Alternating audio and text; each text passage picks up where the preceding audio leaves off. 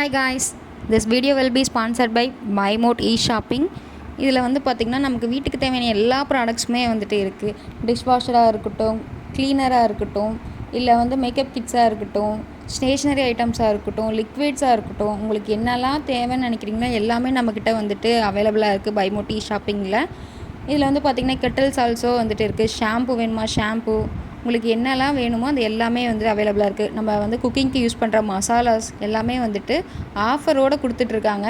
இதில் பாருங்கள், house hold and grocery products எல்லாமே 30% கிட்ட ஆஃபர்ஸ் வந்து இருக்குது. அது மட்டும் இல்லாமல் ஸ்நாக்ஸ் ஐட்டம்ஸும் வந்துட்டு நமக்கு இங்கே அவைலபிளாக இருக்குது.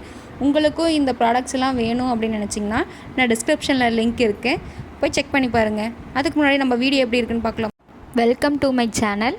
இன்றைக்கி நம்ம சேனலில் சிறுகீரை பொரியல் வந்துட்டு எப்படி பண்ணலான்னு பார்க்க போகிறோம். நான் வந்து ஒரு கட்டு கீரை வந்து எடுத்திருக்கேன். அதில் இருக்க தலையை மட்டும் நான் தனித்தனியாக பறித்து க்ளீன் பண்ணி வச்சுக்கிறேன். குட்டி குட்டியாக கட் பண்ணிவிட்டு அந்த தலையெல்லாமே வந்துட்டு கட் பண்ணிவிட்டு நம்ம சேர்த்துக்கிட்டோம்னா நம்ம சீக்கிரமாக வந்துடும்.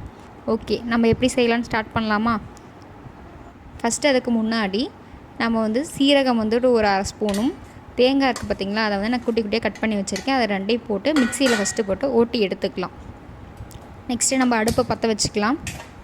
வானல் வச்சுக்கலாம். வானல் வச்சதுக்கப்புறம் அந்த தண்ணியெல்லாம் வந்து பார்த்திங்கன்னா போகட்டும். தண்ணியெல்லாம் காஞ்ச பிறகு நம்ம வந்து எண்ணெய் ஊற்றிக்கலாம். எண்ணெய் காயட்டும். எண்ணெய் காஞ்சதும் வந்து கடுகு போடுங்க. கடுகு நல்லா பொரிஞ்ச பிறகு உடனே வந்துட்டு வெங்காயம் இருக்கும் பார்த்திங்கன்னா, நான் சின்ன வெங்காயம் எடுத்திருக்கேன், ஒரு 100 கிராம் வரைக்கும். அதை வந்துட்டு குட்டி குட்டியாக கட் பண்ணி நல்லா வந்து போட்டுக்கோங்க. போட்டு நல்லா வந்து மிக்ஸ் பண்ணி விடுங்க. நல்லா அந்த வெங்காயம் வந்து கண்ணாடி பதம்னு சொல்லுவோம் பார்த்திங்களா, அந்த அளவுக்கு வதங்கணும். அப்போ தான் வந்துட்டு நல்லாயிருக்கும். இதில் சின்ன வெங்காயம் போட்டால் தான் டேஸ்ட்டாக இருக்கும். நீங்கள் வேணும்னா இன்னும் கொஞ்சம் சேர்த்தும் போட்டுக்கலாம். ஆனால் வெங்காயம் போட்டால் நல்லா டேஸ்ட்டாக இருக்கும்.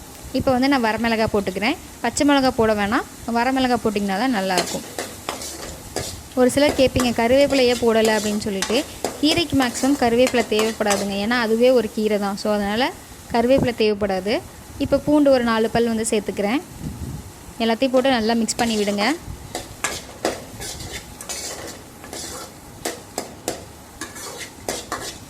இப்போ வெங்காயம் வந்துட்டு ஓரளவுக்கு நல்லா வதங்கிருச்சு. இப்போ நான் கீரையை வந்துட்டு நல்லா கட் பண்ணி வச்சுருக்கேன். கட் பண்ணி அலசி வச்சுருக்கேன். அது பாருங்கள், அதை நான் வந்து கையில் அள்ளி போடுறேன். ஏன்னா நம்ம அப்படியே கொட்டினா அதில் இருக்க தண்ணியெல்லாம் உள்ளே போயிடும். அதனால் நம்ம கையில் அள்ளி வந்து கொஞ்சம் கொஞ்சமாக சேர்த்துக்கலாம். பாருங்கள் எவ்வளோ தண்ணி வந்துட்டு நிற்கிதுன்னு. நம்ம ஜஸ்ட்டு கீரையை மட்டும் எடுத்துக்கலாம். அதை வந்து அப்படியே ஊற்றிடலாம், தேவைப்படாது.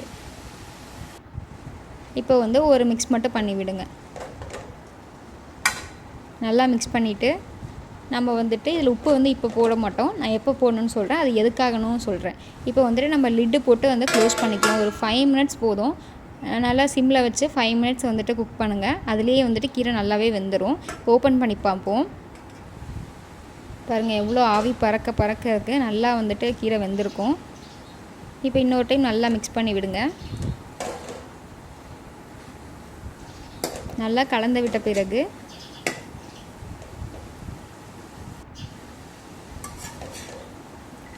அவ்வளோதான், வெந்துருச்சு.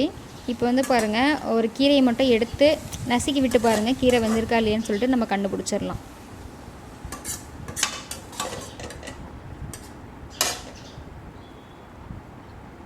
கீரை வெந்துருச்சு. இப்போ தான் நம்ம வந்து உப்பு ஆட் பண்ணணும். ஏன்னு பார்த்தீங்கன்னா, உப்பு முதல்ல ஆட் பண்ணால் கீரையோட கலர் வந்து போயிடும். அதில் குளோரோஃபில் அப்படிங்கிற பிக்மெண்ட் இருக்கும். உப்பு வந்து ஃபஸ்ட்டே போட்டோன்னா அந்த பிக்மெண்ட் போயிடும். நம்ம வந்து இப்போ வந்து பார்த்திங்கன்னா கடைசியாக கீரை வெந்த பிறகு உப்பு ஆட் பண்ணிவிட்டு கொஞ்ச நேரம் அப்படியே வந்துட்டு சிம்மில் வச்சு வணக்கி விடலாம். அந்த உப்பு வந்து கல்லுப்புன்றதுனால கரையிறதுக்காக லேட் ஆகும். ஸோ அதனால் கொஞ்சம் சிம்மில் வச்சு வெயிட் பண்ணலாம். இப்போ நல்லா வதக்கியாச்சு. நம்ம ஃபஸ்ட்டே வந்து பார்த்திங்கன்னா சீரகமும் தேங்காயும் அரைச்சி வச்சுருக்கேன். அதை வந்துட்டு இதில் வந்து ஆட் பண்ணி கலந்து விட்டுடலாம். எதுக்காக சீரகம் போட்டிருக்கேன்னா, ஒரு சிலருக்கு வந்து கீரை வந்து சீக்கிரமாக டைஜஷன் ஆகாது. அதுக்காக தான் கீரையில் வந்துட்டு பார்த்திங்கன்னா தேங்காயில் வந்துட்டு சீரகத்தை சேர்த்து அரைக்கிறேன். ஸோ இந்த இது வந்து யூஸ்ஃபுல்லாக இருக்கும். ட்ரை பண்ணி பாருங்கள். கீரை ரெசிபீஸ் பிடிச்சிருந்தா அப்படின்னா நம்மளோட சேனலை வந்து மறக்காமல் சப்ஸ்கிரைப் பண்ணிக்கோங்க. அது இல்லாமல் நான் வந்து எண்ணெய் வந்து கம்மியாக ஊற்றிருப்பேன். ஏன்னு பார்த்தீங்கன்னா, ஒரு சிலர் வந்து பார்த்திங்கன்னா டயட்டில் இருப்பீங்க. அப்போ ஆயில் கம்மியாக ஊற்றும் போது நமக்கு சீக்கிரமாக வந்து வெயிட் ரிடக்ஷனுக்கு ரொம்ப ஹெல்ப்ஃபுல்லாக இருக்கும். இப்போ வந்துட்டு நல்லா தேங்காய் போட்டு கொஞ்ச நேரம் அந்த சூட்லேயே வந்துட்டு இதாகட்டும். இப்போ பாருங்கள் ரெடி ஆகிடுச்சு. நல்லா உதிரியாக சூப்பராக வந்து கீரை ரெடி ஆகிடுச்சு. இப்போ சாப்பாட்டில் வச்சு சாப்பிட வேண்டியதான். வாங்க சாப்பிட்லாம்.